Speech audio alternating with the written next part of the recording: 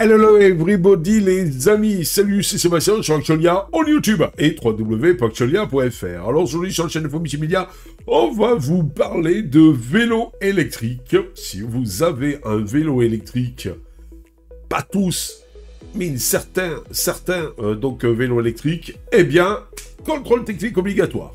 À l'époque, ce n'était que pour les voitures.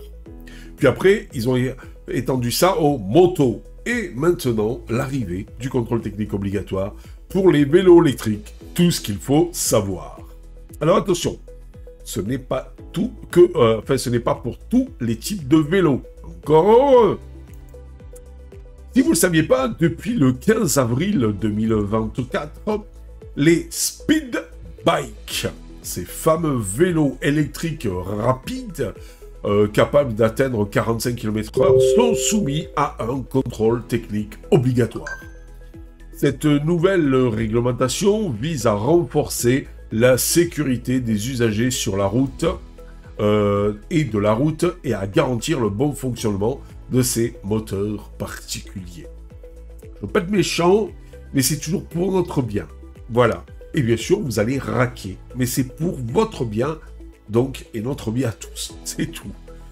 Vous allez raquer, mais c'est pas grave, c'est pour votre bien. Alors, je suis d'accord, le contrôle technique sur les voitures et les motos, pourquoi pas?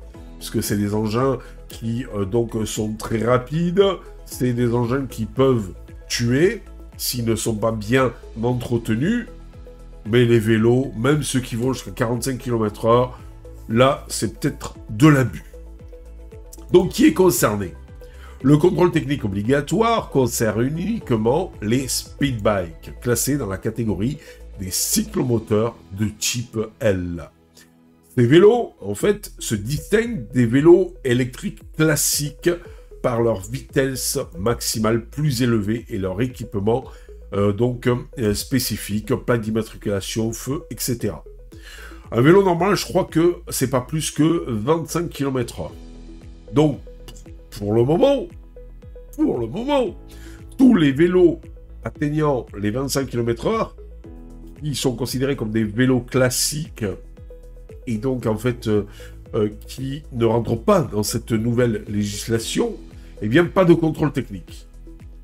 Mais pour tous ceux qui dépassent les 25 km/h et qui vont jusqu'à 45 km/h ou plus, mais dans la théorie plus, eh bien il vous faut un permis. Donc si vous dépassez le 45 km/h, regardez l'Ami, la petite voiture de chez Monsieur Citroën sans permis, elle va jusqu'à 45 km/h. Elle n'a pas le droit. Parce que si vous dépassez le 45 km/h, c'est un contrôle technique plus le permis de conduire. Quand faut-il faire le contrôle technique donc? Le premier contrôle technique doit être effectué dans les 6 mois suivant la mise en circulation du speed bike. Waouh! C'est au bout de 2 ans, je crois, ou 4 ans pour les voitures, et après tous les 2 ans. Là, c'est dans les 6 mois suivant la première mise en circulation du speed bike, puis tous les 3 ans. Ah d'accord, ok. La période citée est la même que pour les cyclomoteurs classiques. Comment faire le contrôle technique? Bien, le contrôle technique des speed bikes doit être réalisé par un centre de contrôle agréé.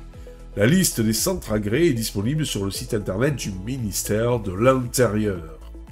Que se passe-t-il en cas de non-respect de la réglementation? Je pense que c'est comme les voitures. Donc la non-présentation d'un speed bike au contrôle technique dans les délais impartis est passible d'une amende de 135 €. De plus, la circulation de speed bike peut être interdite jusqu'à la réalisation du contrôle. C'est comme les voitures. Point important donc à retenir. Le contrôle technique des speed bikes est obligatoire depuis le 15 avril 2024. Ça fait pas longtemps, tout ça. Seuls les speed bikes sont concernés, pas les vélos électriques classiques, c'est-à-dire ceux qui ne dépassent pas cette fameuse vitesse de 25 km/h. Le premier contrôle doit être effectué dans les 6 mois, suivant la mise en circulation, puis tous les 3 ans. Bon, c'est tous les 2 ans pour les voitures. Le contrôle technique doit être réalisé par un centre de contrôle agréé. La non-présentation d'un speed bike au contrôle technique est passible d'une amende de 135 €. Voilà. Donc, voilà le résumé de la situation. Moi, il y a un truc qui me chagrine dans l'histoire, ces fameux speed bikes. À l'époque, je pensais que tout vélo électrique débridé qui était supérieur en vitesse donc aux 25 km/h, eh bien, était passible d'une amende et c'était interdit. Maintenant, apparemment, il y a des speed bikes qui peuvent monter jusqu'à 45 km/h. Moi, je veux pas être méchant, mais j'ai vu des vélos chinois, par exemple, qu'on pouvait débrider et les faire monter jusqu'à 60-65 km/h. Hein. Là, par contre, je pense que vous êtes dans l'illégalité totale. Voilà. Et je pense que ce qu'ils appellent les speed bikes, c'est des vélos qui peuvent monter jusqu'à 45 km/h, mais qui sont agréés pour cette vitesse. Contrairement aux vélos chinois qu'on peut débriter pour les faire monter parfois à 45 km/h, voire plus. Mais la loi française est très stricte. Jusqu'à 25 km/h, pas besoin de permis. C'est du vélo électrique classique. De 25 à 45 km/h, c'est des speed bikes. Donc là, il vous faudra faire un contrôle technique. Et je pense...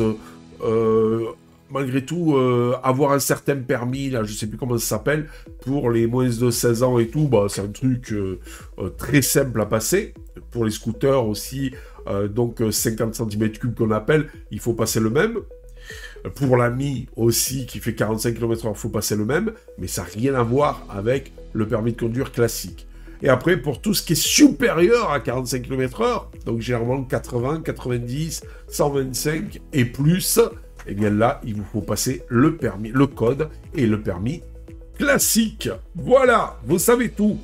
En plus du contrôle technique obligatoire, il est important de faire entretenir régulièrement votre speed bike chez un professionnel. Cela vous permettra de garantir votre sécurité et celle des usagers de la route.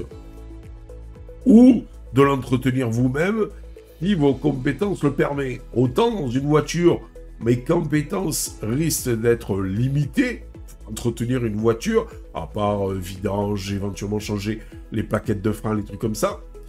Mais à part sur un vélo, je pense que si ça colle un petit peu, n'importe qui plus ou moins sensé peut donc entretenir son speed bike. Voilà, à part s'il y a peut-être des problèmes électriques, ça il faut des connaissances en électricité, mais mis à part ça, ça a l'air d'être assez simple. Vérifier les freins, vérifier donc en fait la chaîne, graisser la chaîne, vérifier les pneumatiques, si jamais vous avez crevé, ben, changer donc la chambre à air, tout ça, donc n'importe quelle personne est censée pouvoir le faire. Voilà. Allez, sur ce, je vous dis à ciao pour une prochaine vidéo. Je vous dis donc, je vous remercie. N'oubliez pas le pouce vers le haut, n'oubliez pas de vous abonner, c'est totalement gratuit et ça nous encourage donc dans cette belle aventure multimédia. Ciao les amis, bye bye. Si vous avez aimé cette vidéo, abonnez-vous, mettez un pouce en l'air et partagez cette vidéo. Merci, cela fait toujours plaisir.